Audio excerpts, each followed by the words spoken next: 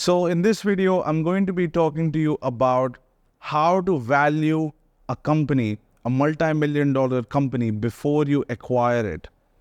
And if you don't know who I am, my name is Prithvi Chauhan. I'm the founder of a healthcare investment company and in UAE. And what I'm going to be sharing in this video is based on the experience of my board of directors and the interactions that I've had with them. And these guys have done billions of dollars in deals. Okay. And in the last couple of years, I have negotiated several multi-million dollar transactions. And I have also negotiated with some of the top law firms that have $1 billion in revenue. I've negotiated with $1 billion public companies. And I have met some of the most high profile bankers, the kind that finance $300 million transactions. Okay. And what I'm sharing, and I've met hundreds of business owners and I've negotiated with a lot of them. So what I'm sharing with you is not just based on my experience, but based on the experience of my board of directors who are extremely senior guys in their 50s and 60s. So here is how you value a company when you go to buy it. Whenever you have to buy a real estate, a house, which is what most people are familiar with, the value is based on the neighborhood that it is in, the construction, the size, and the traffic that's around, if it's a commercial property, if it's a residential, how quiet it is, the facilities, etc.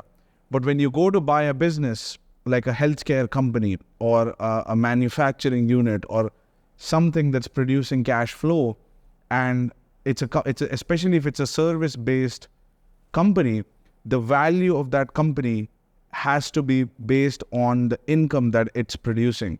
And it's based on the financial statements. And that's a very different metrics of valuation, and that is a whole subject that is within M&A that's dedicated with how to value businesses.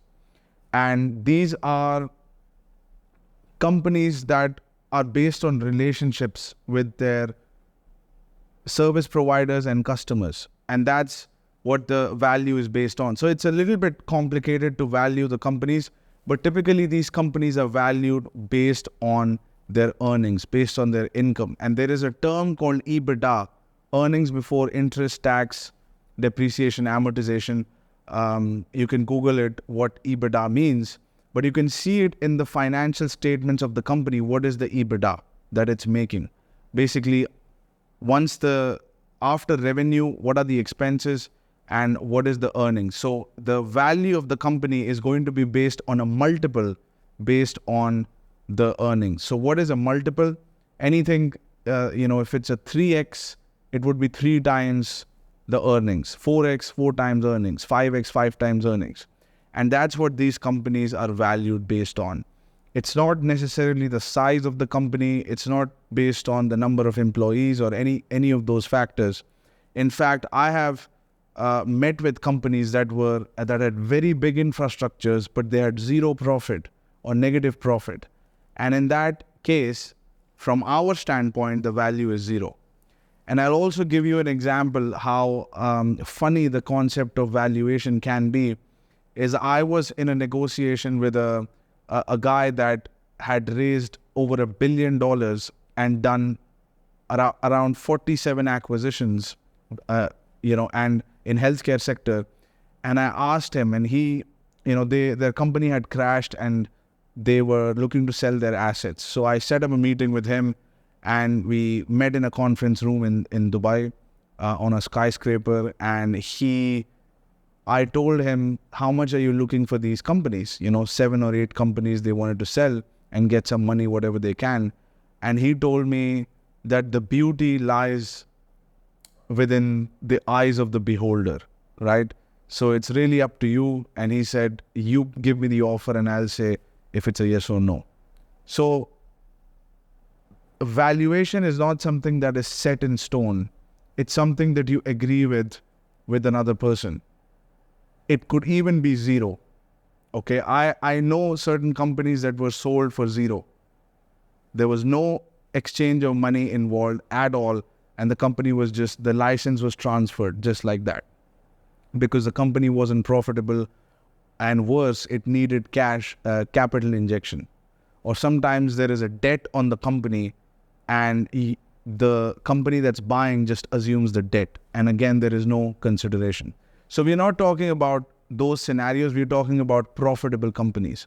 So profitable companies, the value is based on this value called EBITDA, and it's typically a multiplier or on this EBITDA. So we look at ways of valuing the company. That's one of the ways.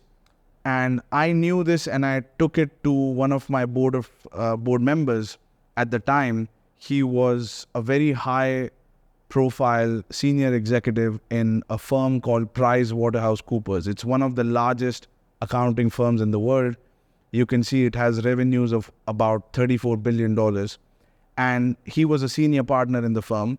And I told him that I brought a business, I had financials of a business, I had met an owner, and I said, let's structure an offer. You are a finance guy, let's sit down and structure an offer and present the offer. And he says, we need more details, we can't come up with an offer so soon. And I was like, why not? The EBITDA, we know what the EBITDA is, let's put a multiplier, and that's our offer. And he says, no, because you need to calculate what the EBITDA is going to be in the future. And I said, what do you mean? It says, you cannot look at what the EBITDA is as of today, because the financials that you have today is based on what the business has produced in the past. And what you are buying is the future. So you have to calculate what the EBITDA might be in the future, and you have to factor expenses in that EBITDA. So right now you might see 5 to 7 million dirhams in EBITDA, but actually the EBITDA may be 3 million. So the multiplier is not as important as the calculation of the EBITDA. So you have to first agree with the owner as to what is the EBITDA. And you have to adjust the EBITDA before you put the multiplier. So these are the two variables of valuation. One is the EBITDA, and second is the multiplier. And what you might see on the company may not be the case in the future, because the company as it exists today, and once it's acquired, it may become a completely different or slightly different structure with slightly different variables.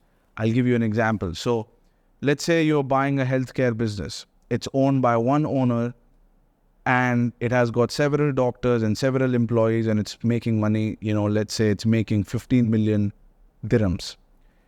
And dirhams is a currency in UAE. So it's making 15 million dirhams, but this one owner is bringing 50% of that revenue. And that owner says that I'm not going to continue after 6 months. So after 6 months, the business is going to shrink to half, because this guy is going to leave. So the EBITDA has to be moved to half.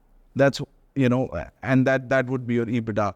So that's one way of calculating the EBITDA. Or you may convince him to stay for the next 3 years or 4 years, let's say. And the condition is that owner will work as an employee in the company, and he will take a salary. So that salary is going to come out of the profit. So, and he says, I want 1 million dirhams of salary. So if the EBITDA was 5, now the EBITDA has become 4. Because you are not going to have 5 million, because he will pull out a salary. So it's going to be 4 million. And you may decide you want another doctor to replace him, or an addition. Then the EBITDA would be 3. So the point is that as the business changes and evolves, the EBITDA has to be adjusted based on that, based on a future projection. And all of this is a projection, because what they have produced so far may not be the case in the future. And you have to calculate those variables. And this is the reason when you're coming up with a valuation and you're structuring a deal, you have to sit down with your board members. And you should have board members before you go and buy a company. You need a financial advisor, an accounting person, a legal person who has had experience in acquisitions, operations person, and you have to look at how the operations are linked with financial metrics and how risks affect financial position of a company. And you have to factor those risks in before you structure a deal. So one thing is the valuation, the value of the company, the total price of the company. And this is calculated based on the EBITDA and the multiplier. The EBITDA needs to be calculated and adjusted based on the future variables of the business. And the multiplier is something that you can negotiate on based on what the owner wants and based on what the banks would finance. So the deal is always structured around the banks and the owner, keeping in mind both of these people. But the first person to think about when structuring a deal is the bank, because ultimately you are raising money from a bank to acquire this company, and the banks have to finance the deal. If the banks cannot finance the deal because the price is too high or the deal is too risky, then the owner cannot sell his business and you cannot buy it. So the owners have to understand that you are looking at the deal from the bank's perspective. And it may be outside the range of what the owner may want to sell you their company for, and that's why you need a motivated seller so you can negotiate the price down in a way that the banks can finance it. So you got the price and the valuation based on EBITDA and its multiple. And the second factor is how this purchase price is paid over time. So let's say the EBITDA of the company is 5 million and you are buying at a 3x, you value the company at 3x EBITDA. Now the purchase price is going to be 15 million. Okay. How is this 15 million going to be paid to the owner? I'll tell you something that one of the most high profile lawyer in UAE told me. And he's a guy who who was leading a transaction of $13 billion. He advised on a $13 billion bank merger. Two banks were merging in UAE and he was the lead advisor on it. And he's one of my business partners. So he told me that, Prithvi, you can write down anything you want in a deal. It's one thing to write down something on a piece of paper, and it's another ball game to enforce it. To enforce an agreement in a court is a very lengthy process, and we have to avoid that at all means. And he said the only way that you can enforce an agreement or hold someone to account is by holding back some cash. So if it's a 15 million dirham acquisition, you cannot pay all 15 million upfront, because the person can just take this money and leave the company and just disappear overnight because you don't have any leverage. So you have to structure the payments over time and you have to manage the risk. You have to, maybe agree on a 50% upfront and remaining 50% over time. So what you have done is you have reduced, even though the whole value of the business is 15, the purchase price is 15 million, you're paying only a small portion of that in cash. And this cash is going to come from the bank. And the bank's money is the highest, is very risky. So you want to limit that initial payment as much as possible. So some people pay 50% upfront, some people pay 25% upfront, 60%, 70%. Based on the valuation, you could come up with a number that is in the range where the cash flows of the business are going to be easily able to cover the debt service, yearly or monthly debt service by 2 times. So if your yearly payment towards the loan, towards the financing is 1 million, your cash flow should be 2 million. If you have a double ratio, you're producing enough cash flow to pay the debt 2 times every year, the debt payment, then it's a slam dunk, assuming that you have all the variables of the business intact. So what happens is, if you reduce this cash position, the owner still needs to receive a significant portion of the business, of the deal from you. So you can dictate the terms, you can hold that person to account, and you can limit the risk significantly. Because if the owner was bringing 50% of the revenue and this person disappears, 50% of the business is going to evaporate overnight. Because this guy was the key man, he was the main guy, and you did not have any mechanism to hold him in place. So to summarize, you have a couple of things. You've got the EBITDA, how to calculate it. It's based on the variables of the future, not the past. You've got the multiplier, and you've got the risks of the business. For example, the owner was the key man. So that's a risk. If he leaves or dies, something happens to him, you have to protect that risk. And based on that, you have the terms. And the terms are what protect the risk. And you have to have some terms, and those terms have to be linked with the remaining portion of the purchase price. So let's say you agreed on a 15 million dirham valuation, the total price of the company, and you're paying 7.5 million upfront. You still have 7.5 million that you have to pay to the seller. So you can link the terms with this 7.5 million so that this payment is conditional upon these terms. And that's a way to enforce these terms, because then you can hold the owner to account. And this is something that you would also see in the entertainment industry, that celebrities, when they get into a deal, like Joe Rogan or anybody else or Taylor Swift, they will have a $200 million contract or $250 million contract. And that's exactly what it is, a contract. It's not money, it's a contract. And they will have KPIs, key performance indicators, that each year they have to perform by a certain measure to have a little bit of that money flow in. So that contract may be structured in the next 10 years. And they are kind of on a treadmill and kind of locked in. And if they don't do the things that they said they were going to do, they can, the person can hold back, the company can hold back money, and they may not pay. Because it's not $250 million, it's a $250 million contract. And that's the way they do it. And they may give you 10 million in the first year, or 50 million in the first year, and then 15 million in the next year, 10 million in the next year, and 25 million after that. And they will keep your behavior in check. And if you are sick or something happens in this time, that's a lot of problem. And that's why a lot of these celebrities are very unhappy because of these terms. And they get into these deals without knowing the full depth of consequences. Some of them are smart, but you get the point.